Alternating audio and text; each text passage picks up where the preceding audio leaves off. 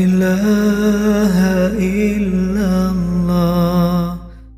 সূরার নাম সূরাতুল জুমআ। বলেন সূরার নাম কি? সবাই বলেন সূরাতুল, আবার বলেন সূরাতুল। এই তো হয়ে গেছে। সূরার নাম সবাই বলেন আরো জোরে, সূরাতুল জুমআ। এটা মাদানী সূরা। কি সূরা? মাদানী সূরা। বিশ্বনবীর মাক্কি জীবন আর মাদানী জীবনের কিছু পার্থক্য আছে। মাক্কি জীবনে বিশ্বনবী খুব নীরব ছিলেন, চুপিসারে তাওহীদের কথা বলতেন। মাক্কি জীবনে বিশ্বনবী সবচেয়ে বেশি ফোকাস দিয়েছেন তাওহীদের প্রতি। কিসের প্রতি? মাক্কি ইনিংসের কর্মসূচি ছিল তাওহীদ, ছিল রিসালাত, ছিল আখিরাত, এগুলোর কথা বিশ্বনবী বুঝিয়েছেন।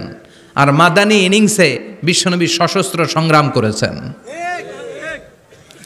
ইসলাম শান্তিপূর্ণ ঠিক আছে, কিন্তু ইসলামের পিঠ যখন দেয়ালে লেগে যায় তখন ইসলামেরও সামনে বাড়ানোর দরকার আছে না নাই?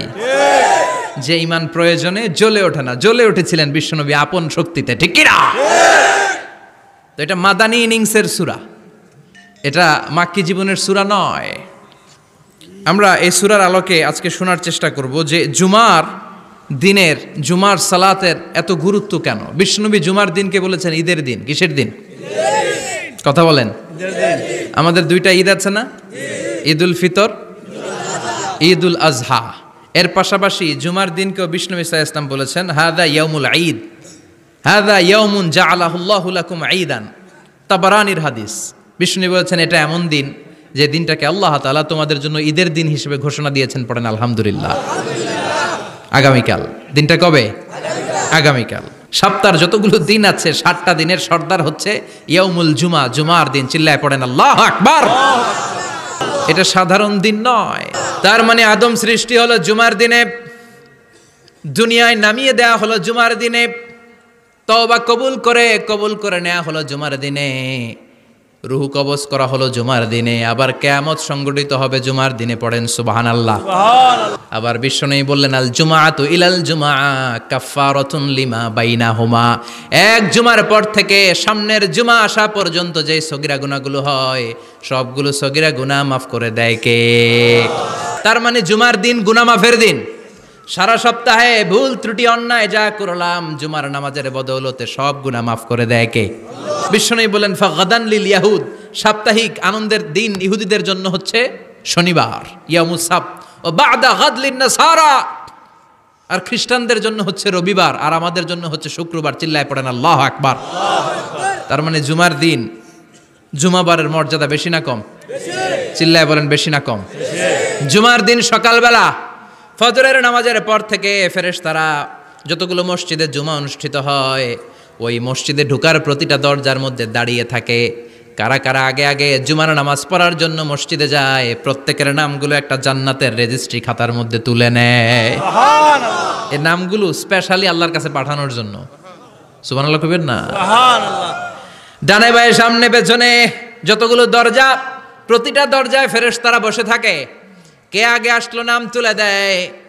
তুলতে তুলতে তুলতে তুলতে খতিব সাহেব যখন খুতবা দেওয়ার জন্য মিম্বারে যেয়ে বসে যায় ফেরেশতারা তাদের খাতা বন্ধ করে তারাও খতিব সাহেবের সামনে জুমার খুতবা শোনার জন্য বসে যায়। পড়েন সুবহানাল্লাহ। প্রথম জুমার দিন জুমার মসজিদে যে ঢুকবে বিশ্বনবী বললেন আল্লাহর রাস্তায় একটা উট কুরবানি দিলে যেই সওয়াব এই সওয়াব আল্লাহ আমলনামায় দিয়ে দেয়। দ্বিতীয় পর্যায়ে যে ঢুকে বিশ্বনবী বললেন বাকারা, গরু কুরবানির সওয়াব পায়। 3 নম্বরে যে ঢুকবে বিশ্বনবী বললেন কাবসা, হাদিসের ভাষায় এসেছে আল কাবাস, কাবাস মানে হলো বকরি, বকরি কুরবানির সওয়াব। 4 নম্বরে যে ঢুকবে তার হচ্ছে দাজাজা, দাজাজা মানে মুরগি। 5 নম্বরে যে ঢুকবে বিশ্বনবী বললেন বাইদা, নোয়াখালীরা কয় বয়দা, আমরা কই আন্ডা, কুমিল্লায় কই ডিম। আছে না নাই? আছে।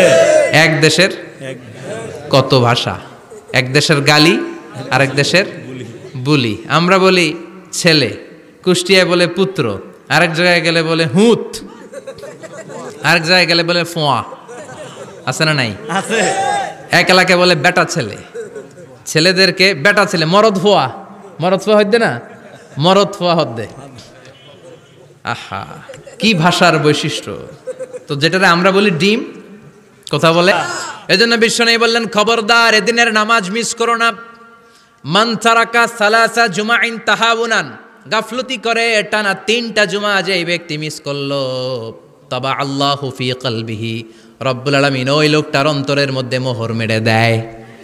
ওয়া কুতিবা ফি জুমরাতিল মুনাফিকিন, মুনাফিকদের খাতায় তার নাম তুলে দেয়।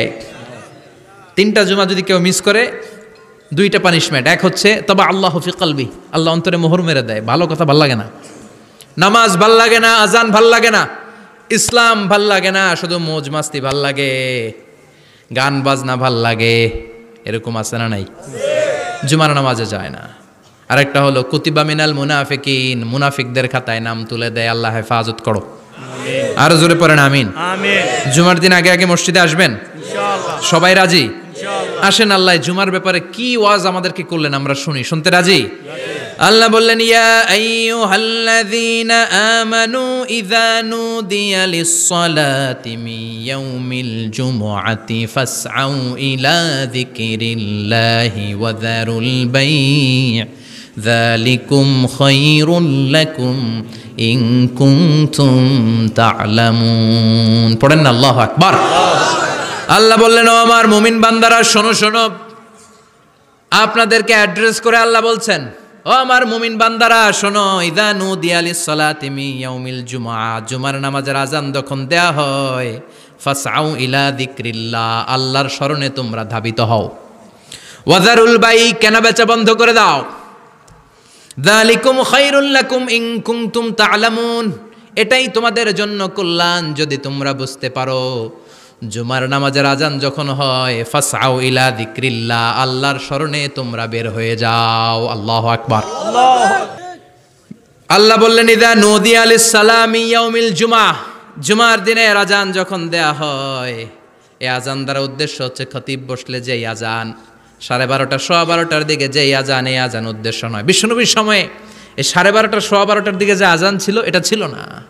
বিশ্বনবীর সময়ে ছিল না, আবু বকরের সময়ে ছিল না, সাইয়েদনা ওমর ফারুকের সময়ে ছিল না। এটা চালু হয়েছে সাইয়েদনা উসমান যুন্নুরাইনের সময়ে। তখন মদিনাতে মানুষের সংখ্যা অনেক বেড়ে গিয়েছে, লোকজন আর জায়গা হয় না, মুসল্লিতে ঠাসাঠাসি। উনি ঘোষণা দিলেন, সুকে জাওরা, জাওরা নামক বিশাল একটা বাজার আছে, ঘোষণা দিলেন এখন থেকে ওই জায়গায় জুমার নামাজ হবে। মানুষ যেন আগ থেকে প্রস্তুতি নিয়ে আসতে পারে, এজন্য জাওরা নামক বাজারে উনি আর একটা আজান দেওয়ার প্রচলন করলেন। সুবহানাল্লাহ। সেখান থেকে আজ অবধি আমরা এই অতিরিক্ত আজানটা দিয়ে থাকি। এটা নবীর সুন্নাত না, এটা সাহাবীর সুন্নাত। বিশ্বনবীর সুন্নাহ মেনে নেওয়া যেমনি আবশ্যক, 4 খলিফার থেকে পাওয়া সুন্নাতগুলো মেনে নেওয়া আবশ্যক। বিশ্বনবী বললেন, আলাইকুম বিসুন্নতি ওয়া সুন্নাতিল খুলাফায়ে রাশিদিন আল মাহদিন, আমার সুন্নাত ধরবা, হেদায়েত প্রাপ্ত 4 খলিফার সুন্নাত ধরবা। কেমনে ধরবা? ইক্ষু চিনেন? ইক্ষু না গ্যান্ডারি নাকি আখ না কুশাইল? হ্যাঁ, আখ। কাঁচা আখ খায় কি করে? এই সামনের দাঁত দিয়ে ভাঙে না? সামনের দাঁত দিয়ে বলে ভাঙে,